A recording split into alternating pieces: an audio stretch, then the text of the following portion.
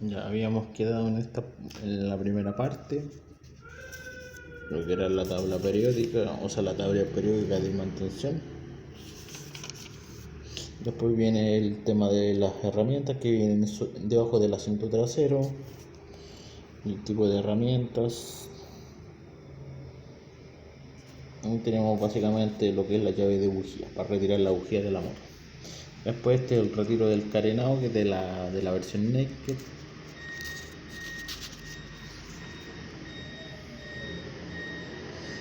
Eso no nos interesa mucho porque yo no tengo ese. Bueno, son esos puntos de anclaje. Nos vamos a pasar a la FRL. Esto es más de la Naked. Acá tenemos la versión con carenado, ya que tiene esos puntos de anclaje, los tiene ahí, ahí y ahí. Y así se pone y se saca el carenado.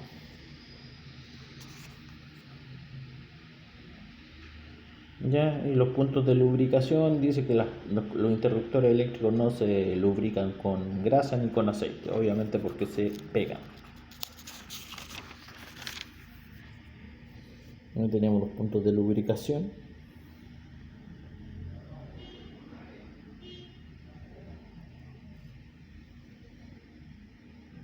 Y aquí entramos al tema de la batería. La batería es de libre mantención, o sea, no hay que rellenarla porque es una batería sellada.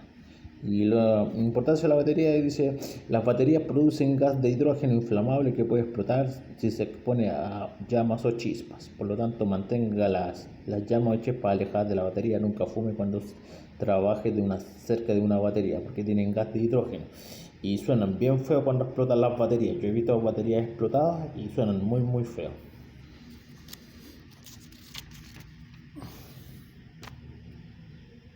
Limpiar la batería con un paño seco puede provocar una chispa debido a la electricidad estática. Dice que hay que limpiarla con un pañito húmedo. Me dice no usar paño seco para limpiar la batería. Ahí viene como el tema de la batería y viene cómo hay que desconectar cada terminal. Desconecte primero el terminal negativo con el signo menos, luego el terminal positivo. Para sacar la batería primero hay que desconectar el negativo y luego el positivo. Y para reconectar la batería es viceversa, conectar el terminal positivo y luego el negativo. Acuérdese, pues, terminal positivo y negativo. Y ahí vienen los colores. El color rojo indica que el terminal es positivo y el color negro indica que el terminal es negativo. Y dice que las baterías no se botan a la basura o con los desechos domiciliarios, ¿ya? Porque estos tienen, como se llama, plomo. Y dice que cuando el símbolo químico del PB marca sobre el 0,004% de plomo es muy muy peligroso. Por lo tanto, hay que desecharlos en una parte especial. Bueno, después viene con el tema del filtro de aire. El filtro de aire se encuentra debajo del asiento delantero y dice que con lluvia, con polvo y con barros requiere más limpieza que comúnmente. Dice que tampoco hay que encender la motocicleta sin el filtro de aire porque puede provocar una llamarada y puede follar un poco la motocicleta.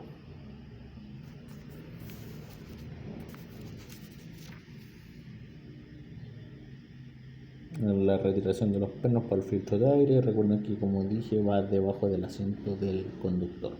Y para limpiar el filtro se hace con un soplador de aire, pero por la parte posterior. Dice parte posterior. Dice use con cuidado el tubo del aire para eliminar el polvo del filtro de aire. Aplique siempre únicamente el aire a presión al lateral de la malla del filtro de aire, porque si ustedes lo colocan de frente, como por ahí, lo único que van a hacer van a empujar la suciedad más adentro. Dice: un filtro de aire permite que la suciedad entre en el motor y puede dañar el motor. Un filtro de aire permite que la suciedad entre en el motor y puede dañar el motor. Es como parece una mala traducción. Bueno, aquí viene el tema del tapón del drenaje del filtro de aire, que es ese de ahí. y se retire el tapón y drene el agua y el aceite que se le acumulan al filtro de aire. Sí, de hecho, por ejemplo, yo cuando lavaba la Bullet 500, la Classic, la cromada o la verde, se le juntaba algunos depósitos, un poquito de agua en el filtro de aire y había que secarlo. En este caso, ese taponcito debe ser como para que por ahí evacúe el agua. Ahí tienen el tema con la RL y con la FRL. Y eso es por el tema de la bujía. Aquí viene el tema de la bujía, cubre el agujero de la bujía mientras la bujía no está en el agujero, obviamente, porque si le entra polvo o otra suciedad, obviamente se va a se va a fastidiar. Y ahí se viene con la llave de bujía y con la llave de punta para hacer palanca. Ahí tienes los espacios de la bujía de 0,8 a 0,9 milímetros. Y esto es súper importante con el color de la bujía. Una bujía operativa normal debe presentar un color marrón oscuro, o sea, un color como cafecito. Si la bujía es muy blanca o tiene una experiencia brillante, está operando a demasiado calor. Esta bujía debe sustituirse por otra bujía más fría.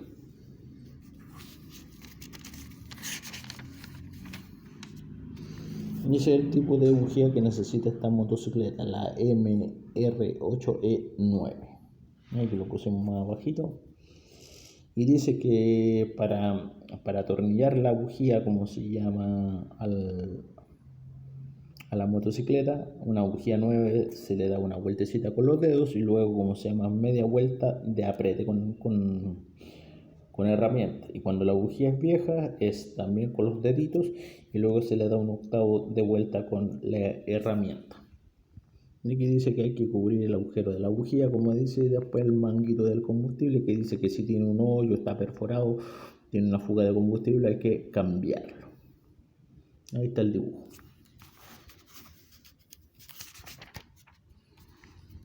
Con el aceite del motor.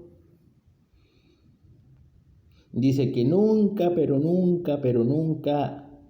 ya hagan cambio de aceite o se le estén sacando el aceite con el motor encendido. ¿Escuchaste, amigo Nelson? No lo hagas. Y ahí tienen el tema del tapón del drenaje, con el aceite caliente y todo eso. Obviamente no se hace con aceite caliente, o sea, cuando el aceite está caliente. Dice, un contacto repetido prolongado con el aceite de motor usado puede provocar cáncer. ¿Ya? Y no hacer. Viste, girar el motor mientras drena el aceite del motor provocará una escasez de la película de aceite y afectará negativamente al motor. Por lo tanto, no lo hagan. Y ahí tenemos los temas para sacar la tapa y todo eso. Otra cosa súper importante que dice que pueden ocupar el filtro que vende Suzuki o pueden ocupar otro equivalente, no es necesariamente el que vende Suzuki. Ahí tenemos ya lo que se saca con el muelle, la junta tórica y la tapa. Dice, sin cambiar el filtro de aceites, la moto ocupa 1180 centímetros cúbicos de aceite. ¿Ya? Dice, vierta aceite nuevo a través del agujero del depósito y serán necesarios aproximadamente 1200 milímetros de aceite. Ya, es súper importante el tema del aceite.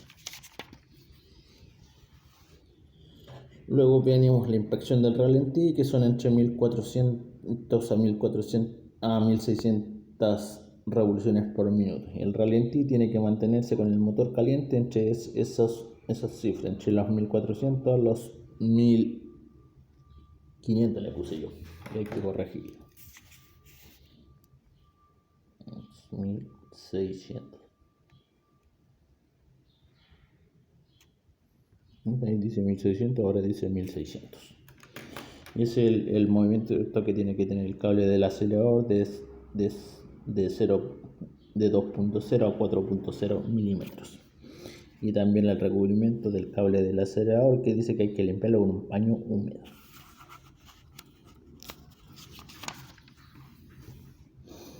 Esta es la distancia que tiene que tener la manilla del embrague, o lo que llaman en otros países el clutch, que va entre los 10 a los 15 milímetros. Y ahí van los puntos de ajuste, etcétera, etcétera. Ya, y con respecto a la correa de transmisión, esta no trae una correa de transmisión porque no es la Boulevard S40 que tenía yo. Esta trae como se llama, una cadena. Ya, entonces debe ser con otro error en la traducción. Dice: la cadena de transmisión presenta juntas tóricas especiales que mantienen permanentemente la grasa en el interior. Entonces esto viene siendo una cadena con O-ring. Entonces cuando ustedes tengan una moto con cadena con O-ring, tienen que comprar un lubricante de cadena para cadena con O-ring. Es eso, porque el otro no les sirve, porque si no va a arruinar las juntas de goma, las juntas tóricas o las O-ring. Y aquí tenemos el tema de lo que es las puntas de un piñón bueno o gastado. El gastado siempre termina con las puntas como muy afiladas y el bueno está como más cuadradito. No use una cadena de transmisión tipo clip. Y dice: limpiar la cadena de transmisión de forma incorrecta puede causar daño en los anillos de los sellos. Por eso el tema de los O-ring. Tampoco hay que usar un cepillo de cerdas duras. Es un lubricante para cadena para transmisión sellada. Para cadena con O-ring. Demasiada inclinación en la cadena puede provocar que la cadena se le salgan los dientes y eso provocar un accidente. Acá vamos con la holgura de la cadena. Siempre una buena cadena tiene que estar tensada, pero ni mucho ni muy poco. Entonces, en este caso, esta motocicleta, la holgura de la cadena debería ser entre los 20 a los 30 milímetros, lo que son los 2 o 3 centímetros. Y ustedes lo hacen con el dedo. Ahí, ¿dónde está mi dedo? Ahí. Entonces lo hacen así, y ese tiene que tener esa variación en el movimiento de 2 a 3 centímetros, si prefieren de 20 a 30 milímetros.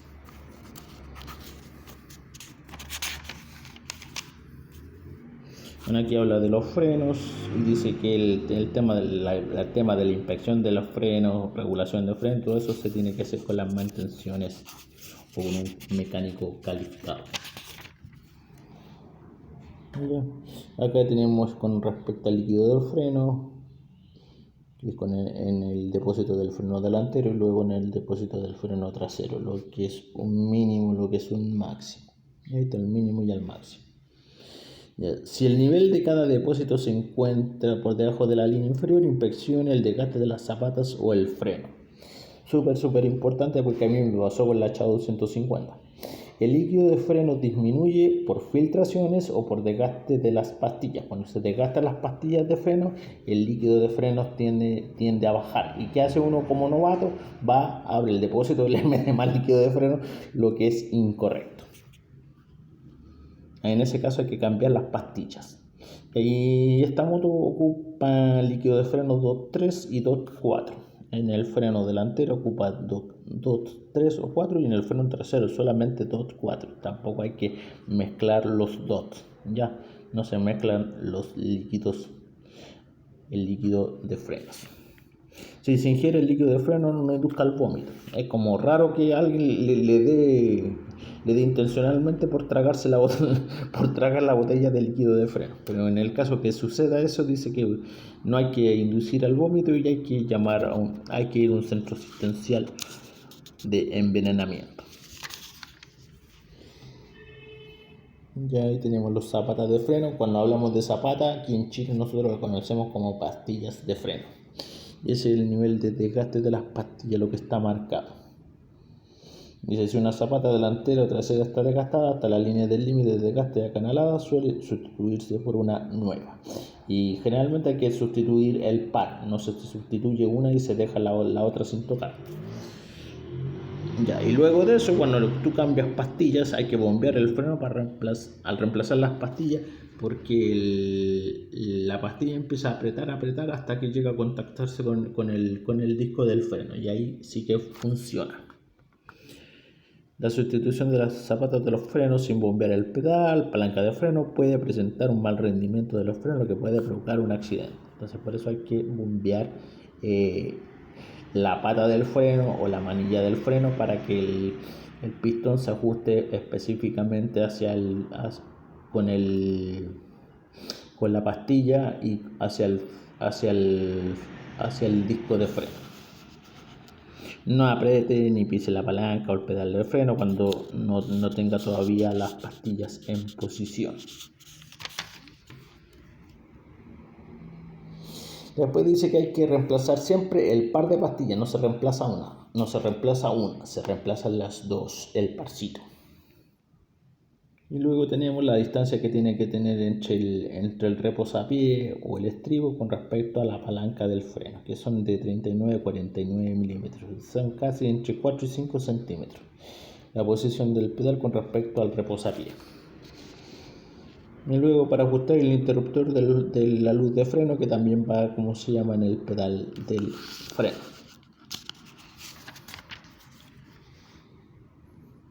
Bueno, aquí viene con el tema de los neumáticos. Dice que cuando tengan un pinchazo o haya que cambiar el neumático, hay que volver a balancearlo. Dice balancear el neumático cuando se reemplaza. Y lo otro súper importante es cuánta presión le pongo a mis neumáticos. Bueno, y aquí tenemos la tablita. Dice que al neumático delantero hay que ponerle 29 psi cuando manejas tú solo y 29 psi cuando manejas con pareja. Y el neumático trasero son 33 psi y 33 psi también cuando manejas con pareja. Solo hay acompañado el neumático delantero con 29 psi y el neumático trasero con 33 psi. Para medir el nivel de psi ya siempre se hace con los neumáticos en frío. Y aquí vienen unas marcas en el neumático que son las marcas TWI. Y cuando dice que el neumático alcanza ya esa marca, ya con el pavimento es hora de reemplazarlo. Reemplazar los neumáticos con menos de 1,6 milímetros el delantero y 2,0 milímetros el trasero. Siempre cuando llegan a esa marca de lo que se denomina el TWI. Y esos son los neumáticos que ocupa. Un 110 con 70 R17 MC54S. El neumático trasero es un 150 60 R17 MC66S. Ambos de marca MRF. Me resbalo fácil. Equipe siempre la rueda. Equilibre siempre la rueda cuando se cambian los neumáticos. Obviamente hay que balancearlos.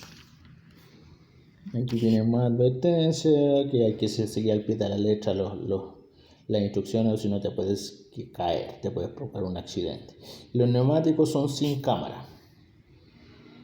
Dice tras reparar un neumático no supere los 80 km por hora durante los primeros 24 horas o los primeros días y no supere los 130 km por hora posteriormente. Dice que sustituye el neumático si este pinchazo en la zona de los flancos, al lateral y en la banda de rodadura superior a los 6 milímetros. Estos pinchazos no se pueden reparar adecuadamente. Dice un neumático reparado no superar los 130 km por hora por acumulación de calor. Se acumula tanto calor en el neumático que el parche a veces se suelta. Entonces por eso dice que no hay que superar esa velocidad. No apretar el freno cuando se desmontan los neumáticos. Obviamente porque el caliper se desplaza, o sea el pistón se desplaza y después cuesta mucho volverlo a su posición original. Bueno, y estas son las instrucciones para sacar la rueda delantera. Gire el semieje en el sentido antihorario y extráigalo. Deslice la rueda delantera hacia adelante, porque si la desliza hacia atrás te va a chocar, es como obvio. Y antes de conducir, bombee la palanca del freno. Eso ya lo vimos en el apartado de frenos. Dice, cuando vayan a cambiar el neumático, o sea, vayan a arreglar el neumático, desmonten el neumático de la llanta, ya revisen que el neumático quede bien puesto y la parte y que no quede que quede en la dirección correcta y no inversa, porque si no cambia un poco el manejo. Ahí tenemos el par de apretes del semieje. Y ahí tenemos para desmontar el neumático trasero, que hay que desmontar primero el tapabarro. Y ahí tenemos el sensor de velocidad, que primero hay que desmontar el sensor de velocidad tanto del neumático delantero como el trasero antes de desmontar el neumático. Y sería eso nomás, chicos, porque todavía esta partecita que de ahí no me la he leído. Entonces necesito leerla y vamos con eso, vamos a terminar la tercera parte del manual del usuario. Y como les digo, si compran una motocicleta, pidan su manual de usuario. Si compran una motocicleta usada, pídanle a su antiguo dueño o dueña que ojalá venga con el manual de usuario. Cuídense y muy buenas rutas.